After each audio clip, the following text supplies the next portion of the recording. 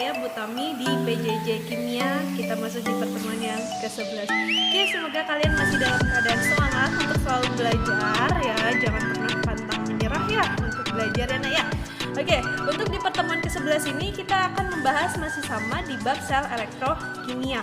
Kalau kemarin sebelumnya kita sudah membahas penyetaraan reaksi redoks, kemudian sel elektrokimia, ada sel volta sama sel elektrolisis. Nah, sekarang kita masuk di hukum Faraday. Nah, hukum Faraday ini ada dua, ada hukum Faraday 1 sama hukum Faraday 2. Di mana hukum Faraday 1 itu menyatakan bahwa massa zat yang dibebaskan pada saat elektrolisis berbanding lurus dengan jumlah listrik saat digunakan gitu ya. Untuk massa zat kan biasanya massa itu disimbolkan dengan M ya. Untuk di sini kita disimbolkan dengan G gitu. Nah, sedangkan untuk jumlah listrik itu berarti berkaitan dengan arus dan waktu yang digunakan gitu kan, I dikali T gitu. Nah, I dikali T itu rumusnya adalah Q gitu ya. Berarti G sama dengan Q, di mana massa sama dengan jumlah arus listrik, atau G sama dengan I dikali T. Di mana I itu adalah arus ya. Arus listrik satuannya apa? Satuannya adalah ampere. Kemudian T itu adalah waktu. Waktu itu biasanya digunakannya satuannya dalam satuan detik atau sekon. Gitu ya. Itu untuk hukum Faraday 1. Kemudian untuk hukum Faraday 2 itu bunyinya adalah massa zat yang dibebaskan pada saat elektrolisis berbanding lurus dengan massa ekivalen zat itu. Nah, kalau massa zatnya berarti masih sama, yaitu adalah G. Kemudian untuk massa ekivalennya itu adalah Me, di mana Me itu punya rumus AR per bilox. AR itu apa? AR itu adalah massa atom relatif gitu kan, dibagi dengan bilox. Nah, gabungan antara hukum Faraday 1 dan hukum Faraday 2 ini rumusnya. G sama dengan Me atau massa ekivalen AR per bilox dikali I dikali T. Mate per 96.500 gitu. Sedangkan yang kedua itu hukum perbanding, jadi ada perbandingannya ya. G1 berbanding G2 berarti massa zat 1 berbanding massa zat 2 sama dengan massa ekivalen 1 berbanding massa ekivalen 2. Berarti bisa kita katakan gini, untuk ini kan perbandingan, berarti kalau perbandingan itu lebih dari 2 senyawa gitu ya. Ini hukum Faraday 2. Nah, sedangkan untuk yang G sama dengan Mate per 96.500 itu untuk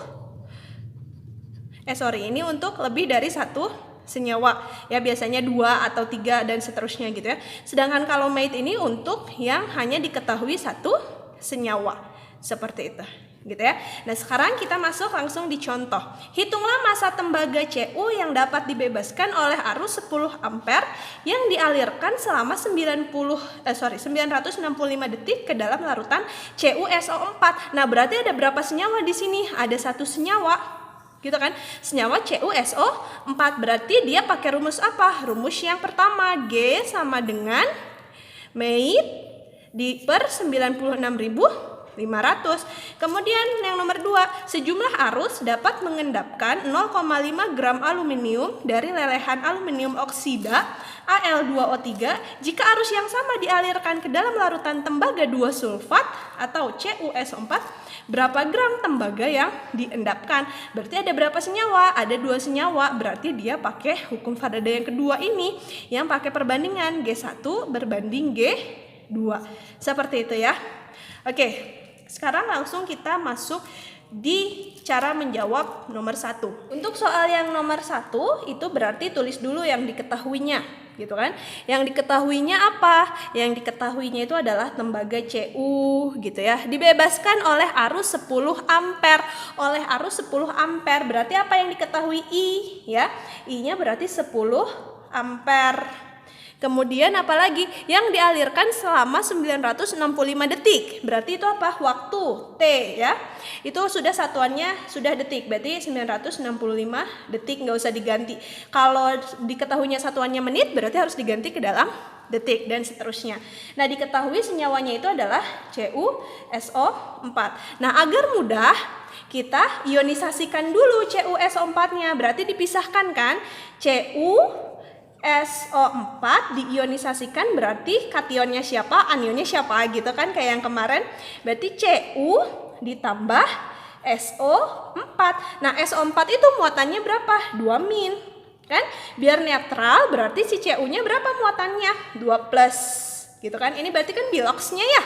Nah, kemudian yang ditanyanya apa?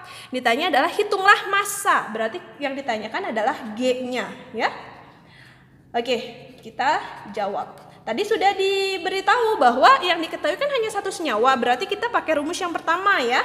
Yang G sama dengan ME dikali I dikali T per 96.500. Nah, kita cari dulu untuk yang ME-nya ya. Rumusnya kan AR per bilox.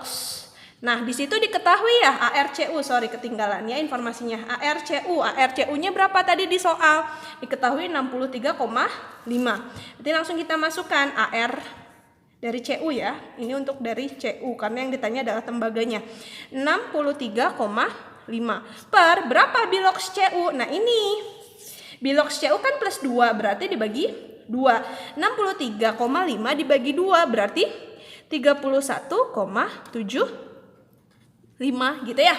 Nah, tinggal kita masukin berarti G sama dengan ME-nya sudah diketahui 31,75 dikali 10 ampere dikali 96.100 dikali 965 baru dibagi 96.500 gitu.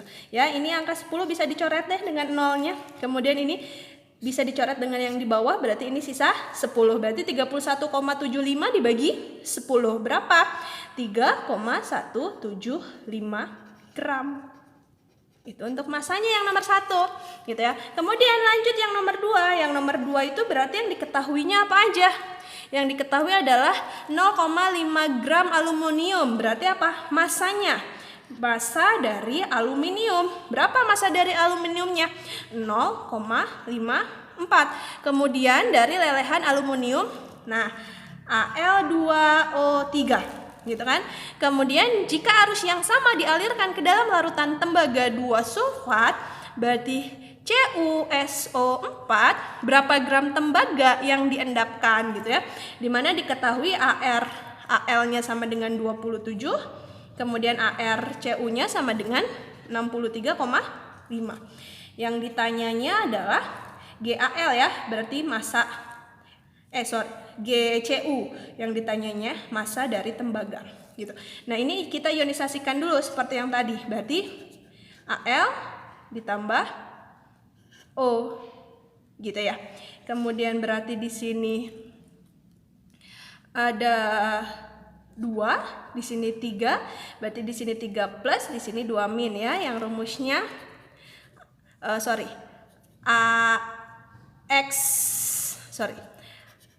AXBY gitu ya.